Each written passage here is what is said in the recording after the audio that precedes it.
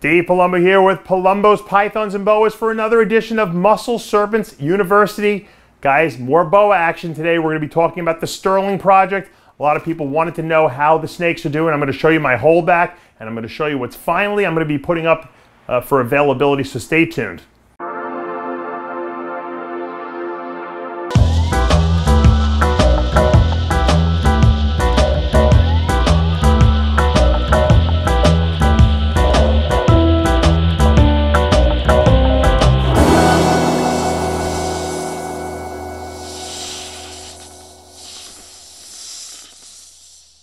I guess we should start off by showing you what a Sterling looks like.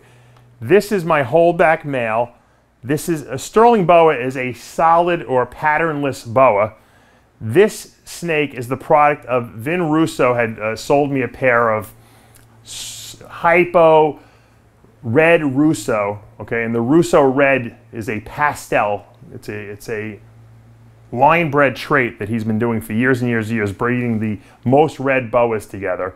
And what he did was he took his Russo red pastel and he bred it to a Sterling, and he produced hets. He sold me one of those 100% hets, or a pair of them, and I bred them together like 4 years later, and I produced this beauty. This is, I think, the best one of the whole litter. This is a Russo red. I believe this to be a super hypo Sterling. Look at the red in that. If you look at a regular Sterlings just don't have this much red in them. They're kind of a beigeish color. This whole snake is just flooded with red right through that tail, even into the eyes. Look at those eyes. Those eyes are even red. I mean, this is an absolutely gorgeous male. I can't wait to breed her next year, or I should say breed him next year, and get this trait continuing. I mean, Russo spent a good deal of his life developing this Russo red pastel color, and to see it in this patternless snake with that hypo or possible super hypo gene in is just exquisite. Now, I do have one male left for sale. That's a visual Sterling, so you guys can contact me about that. But let's take a look at some of the heads, because not everyone can afford to get a visual.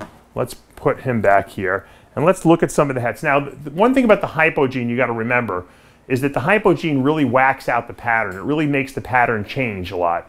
And if you put two copies of that hypo gene together, a lot of times you get a really whacked out pattern. Now, if you look at this male, this is, I believe, to be a super hypo, because look at this pattern. I mean, we got a striping down it. It's super extreme. It's got the striped tail. Striped tail usually indicates, when you breed them together, that you're going to get a solid pattern snake. So this might be a good indicator of the Sterling gene. Now, you got to remember, I bred, two hets together. So when you don't get a visual, all you can say about the outcome is that these progeny, these babies, are 66% het Sterling. I believe this to be 100% het Sterling because of that striped tail. Now, this whacked out pattern is from the hypo gene, so you can't really say that's from the Sterling gene, but this is just an exquisite looking male. I would, like I said, I would bank my bottom dollar on the fact that this is 100% het Sterling. This guy is available. He's got the really nice eyes too. The Sterling and the het Sterlings just have beautiful eyes. And once again, you get that really nice reduced pattern from the hypo gene. Okay, he wants to get back in the action. Now, if you look at this guy, here's another really reduced pattern. Once again, I believe to be a super hypo het Sterling.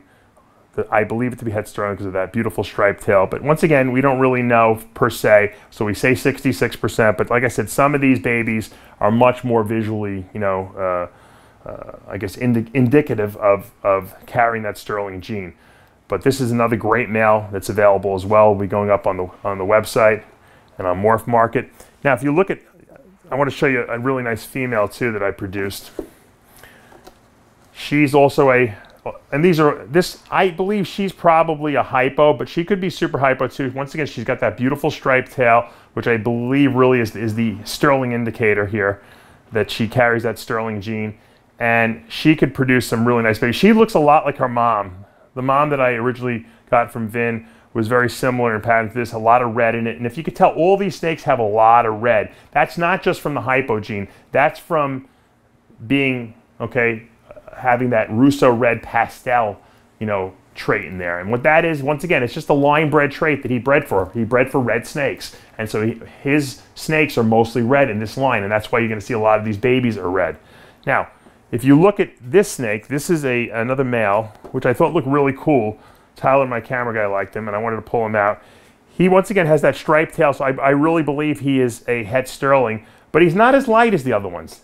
So he probably is either not, a hypo at all, or possibly just a regular hypo. But he's got, a lot of people like that dark offset that you get from that. I mean, it's a really cool snake. So I believe this to be a sterling, possible hypo.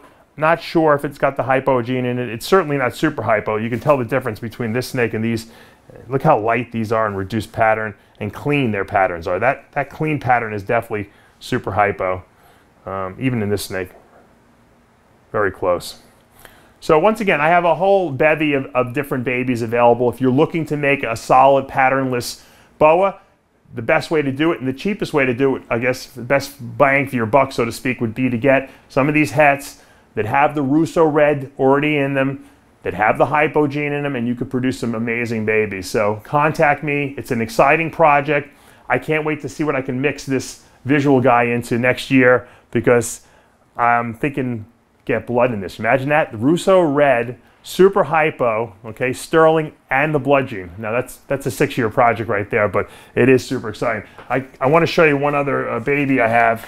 This is the male that I do have available, and you can see the difference, okay? He's a little feisty. Look at him compared to this one. That's my holdback. They're pretty close. The tail is pretty close in red, but he's just not quite as red.